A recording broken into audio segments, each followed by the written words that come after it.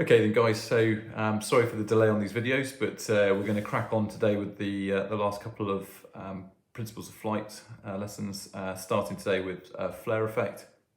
So flare effect, really important in a helicopter because we use it all the time whenever we come into the hover, whether it's a nice slow transition to the hover or a quick stop. But most importantly, it's going to save your life, the flare effect, because it's what we use at the bottom of an auto rotation. So if you can understand how the flare effect works, then you can use it effectively, and hopefully, well, with any luck, it won't need to save your life in the future.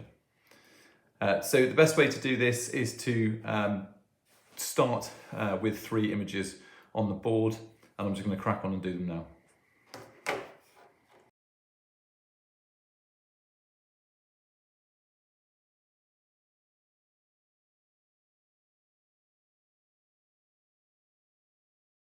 So we'll start with the aircraft in forward flight here, and while it's in forward flight, it is in forward flight simply because of 2 main forces, or 1 main force that's acting on that aircraft, and that's coming from the blades. Each of the individual blades, no matter how many you've got, collectively create a total rotor thrust across the disc, and so we call that the total rotor thrust.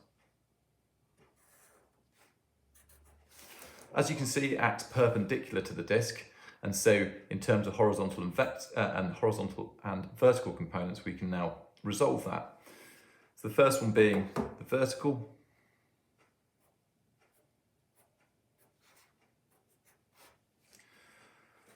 So we can see here the vertical component is acting exactly opposite and equal to the weight of the aircraft. So as long as they are equal, the aircraft will not accelerate upwards or downwards. It will maintain in the air, either in a gentle climb or a gentle descent. But that is acting against the weight. And we can call this one the total rotor thrust vertical. I'm just going to call it TRV for space. Clearly the other force is the horizontal one. And again, you can either draw the horizontal component up here to form that box, or you can draw it at the bottom there. Just for space, it works better at the bottom. And we'll just call that total rotor thrust horizontal, TRH for now. So there are the 2 forces acting. We talked about the vertical one holding the aircraft up in the air, but the horizontal one is the one that's counteracting any of that parasite drag and basically pushing that aircraft through the air and giving us that forward airspeed. I talk about forward airspeed because as we go along, we obviously are encountering what is essentially a relative airflow in our face, and we like to call that affectionately the relative wind.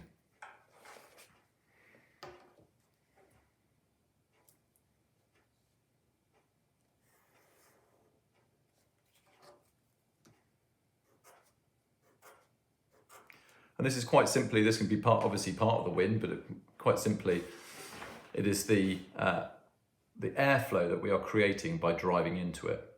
And as you can see, it's going directly horizontal into that disc. And we can also see now, we have therefore got some vectors that we can resolve off that one. So we've got a vector of this relative wind, which is going to be flowing parallel to the disc over the top. And if you think back to the translational lift lesson, it does the same effect. If you've got any tip vortices, if you've got any induced flow that's being pulled through the top of the disc, depending on what speed you're flying at, it's going to help to move that away and reduce that induced flow and reduce those vortices. But that's not really important in this particular case with the flare effect. The main one we're looking at here is the one that acts vertically. And as we can see here, this component of the relative wind that is acting vertically is acting perpendicular straight down through the disc in much the same way as an induced flow does when you think back to most of the other vector diagrams. Technically, this isn't an induced flow, but it's going to fulfill the same sort of task as an induced flow. So we can add that on. And again, if you make it nice and big, it helps with the actual illustration later. we get what is effectively an induced flow, which gives us an altered rotational airflow in the form of relative airflow. And as always, that gives us an angle of attack. And now you can see we form the first part of our vector diagram.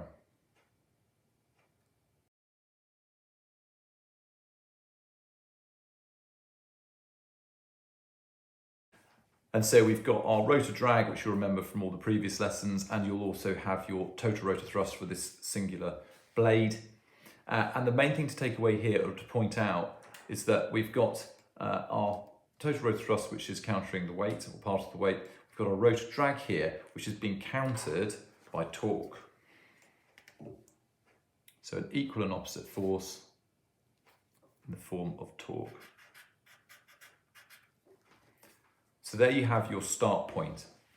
And the key point to take away there is that we have a horizontal component from the total rotor thrust of the disc, which is acting in the direction of movement of the aircraft.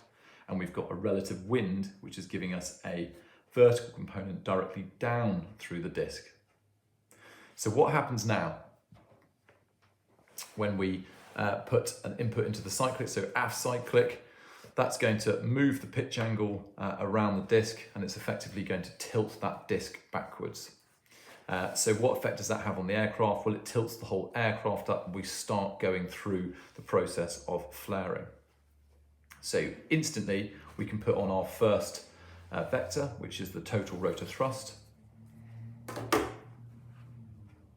acting perpendicular to the disc. We can also resolve that into the two vectors. So we've got our vertical vector, as before.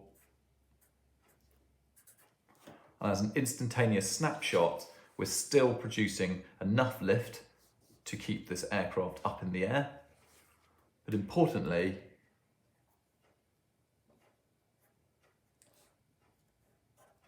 when we add our total rotor thrust horizontal, we can see a marked change. Quite clearly, the total rotor thrust horizontal vector is now acting in the opposite direction to the direction of movement of the aircraft. So we have the start point of the actions that the flare effect has. So if we've got a force acting against the movement of the aircraft, or the direction of movement of the aircraft, then clearly we're going to be acting against the velocity. So we have a reduction in velocity of the aircraft.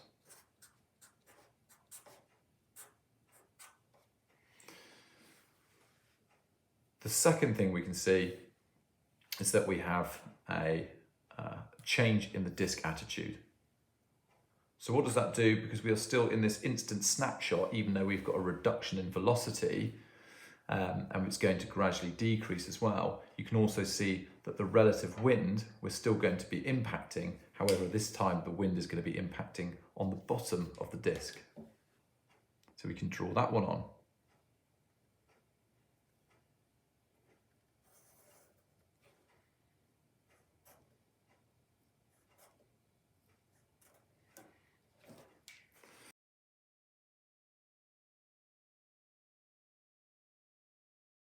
You can see now we've got a component of the relative wind which is now acting directly up through the disc in the opposite direction to the induced flow. And you'll remember from the yaw rotation lesson that we know that as a rate of descent flow, and it's having the same effect really as a rate of descent flow. So we can draw that on.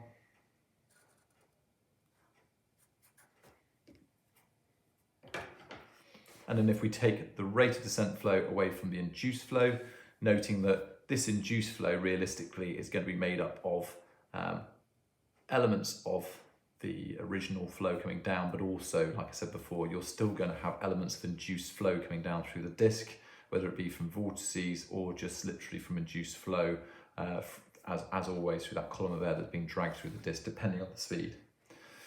Why I say that? Well, you can basically just cut that induced flow in half and expect that some of it's going to remain. It also helps with the illustration of the diagram. So there's our new relative airflow. As you can see, it creates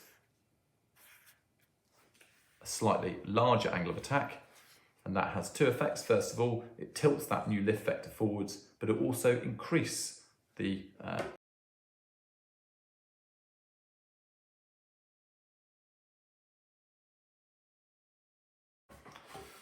So what have we got here? So I would start with the vertical. So as we can see, the vertical vector from the total reaction, the new one anyway, is considerably larger than the original one. What does that mean? Well, we haven't changed the weight of the aircraft. So therefore, if we haven't changed the weight, but we've increased the total rotor thrust on each blade, then ultimately the total rotor thrust vector here will change. If that goes up, then the only action that the aircraft can have is to start accelerating upwards.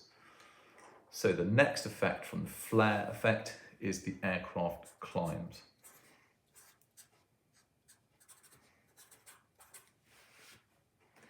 And we can also summarize these quite simply as we go through.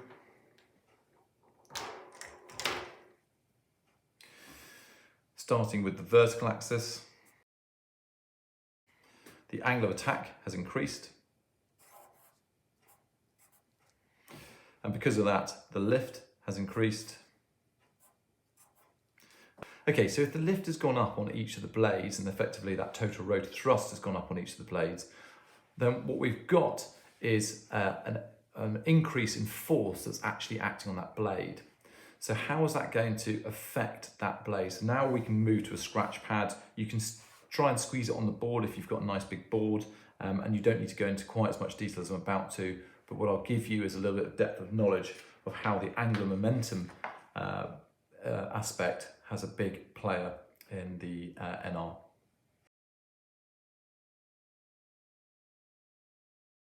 So you don't need to know this, you don't need to brief it, but this is just a little bit of a depth of knowledge. So angular momentum, which is L, is equal to the mass times the velocity times radius. So when we look at this rotor disc, we've got the mast of the rotor disc here, and we've got a blade on either side. And if we look at this bit, the furthest extremity of the tip to the mast is the radius.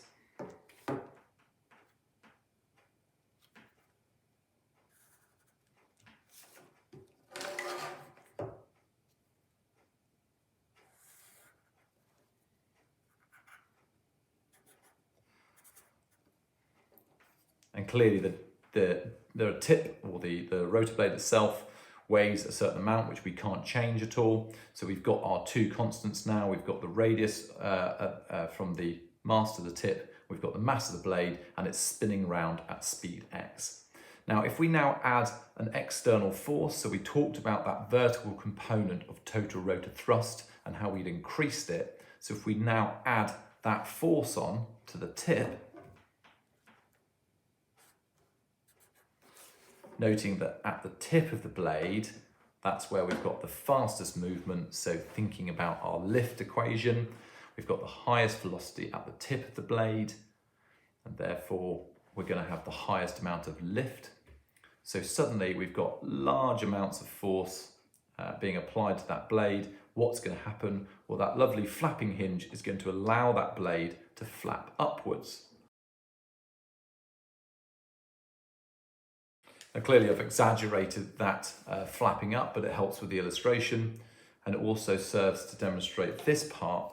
So now if we look at the distance from the rotor mast to the blade tip, we can see there is a difference.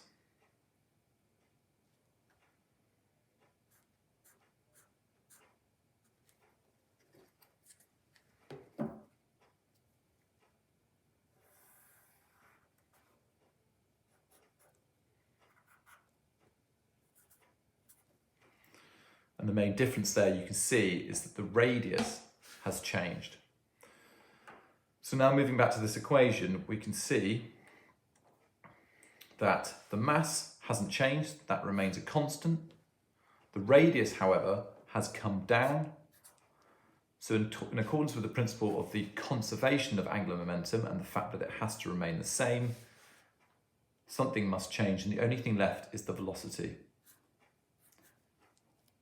And this is called the coning of the disc, and the analogy that's really easy to use in your demonstration or your brief is that of ice skaters or being on a roundabout, and ultimately if you hold your arms out really wide when you're doing a spin on ice skates and then you pull your arms in, that's conservation of angular momentum, which starts to speed the spin up. In the same way as when you go on a roundabout, hold your legs out and then you tuck them back in again, the roundabout speeds up. So that's conservation of angular momentum, and that's why the blades will then speed up as soon as the lift on the blade goes up.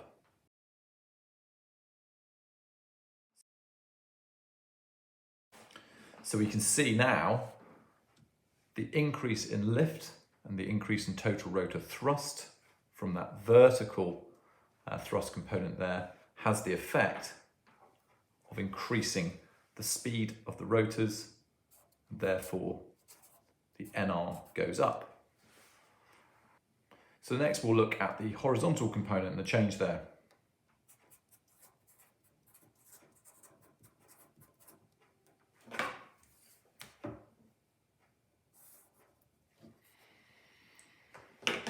So as we can see here, the horizontal component is a little bit smaller, and our rotor drag or total rotor drag here is smaller than it was before.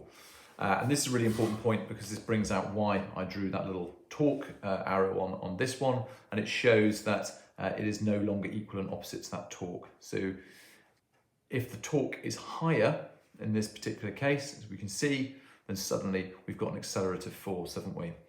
It is overpowering that rotor drag, and so therefore the blades are going to speed up in that direction. So much like the effect from the vertical component, we're also going to get an acceleration of that NR from the horizontal component as well.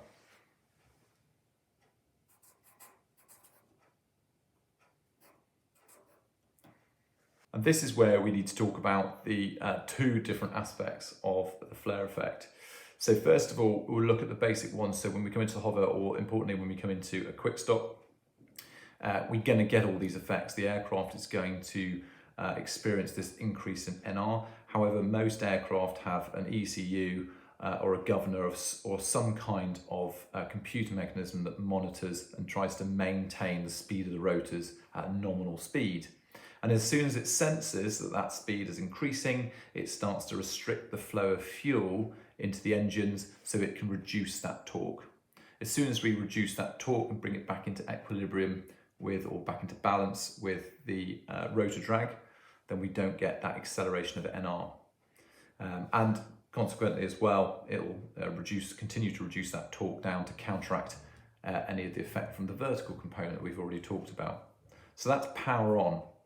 With power off, however, so the usual experiences you've had with this is in the flare at the bottom of an auto rotation, when we don't have this little yellow arrow here, we're going to have all the same effects here, and we're going to have all the same reasons to add to that NR increase. The only difference here is all that we do, as you remember, is we raise that collective. It's the only effect we can have other than pushing forwards on the cyclic to offload that disc. If we offload that disc by forward cyclic, then we can reduce the NR, but not quite as quickly as raising the collective. And all that's going to do really is increase the pitch on the blade, and it's going to immediately increase the rotor profile drag for lift-induced rotor profile drag by presenting a larger surface area to the oncoming airflow, and that's going to have the effect of increasing that rotor drag quite considerably very, very quickly. So that's how we're going to counter it with power off. So there's two hazards that we need to talk about. It's quite useful to brief at the end of this, just to finish off the brief. So with power off, it's important to maintain observation all the time of the NR and anticipation if you're going to put in any kind of flow or aft cyclic. So that's not just at the bottom, but actually on the way down in an auto rotation, you need to think about every time you put a little bit of aft cyclic in to change that speed.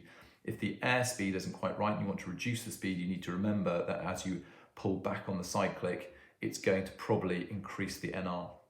So that's power off. Not too much of a hazard, just keep an eye on it.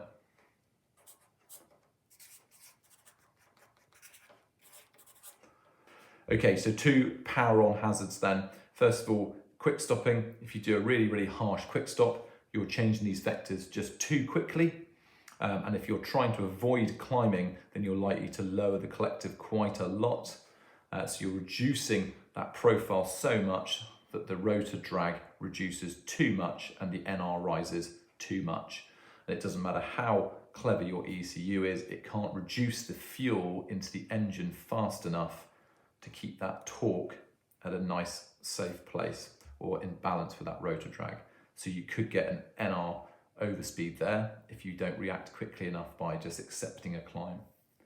The other period, which is quite common, well not common, but is possible to get an overspeed, is if for whatever reason you are in a dive, when whatever helicopter type you might be in, if you decide to put it in a steep dive, the torque will reduce while you're diving and increasing speed without you having to do anything to the collective. And if you then try and pull out with cyclic with a reduced torque, then again, you run the similar risk. You put large vector changes here, large NR due to the massive reduction in rotor drag. And again, the ECU or the governor just cannot reduce the fuel enough to pull the torque down any further. Again, a large NR rise.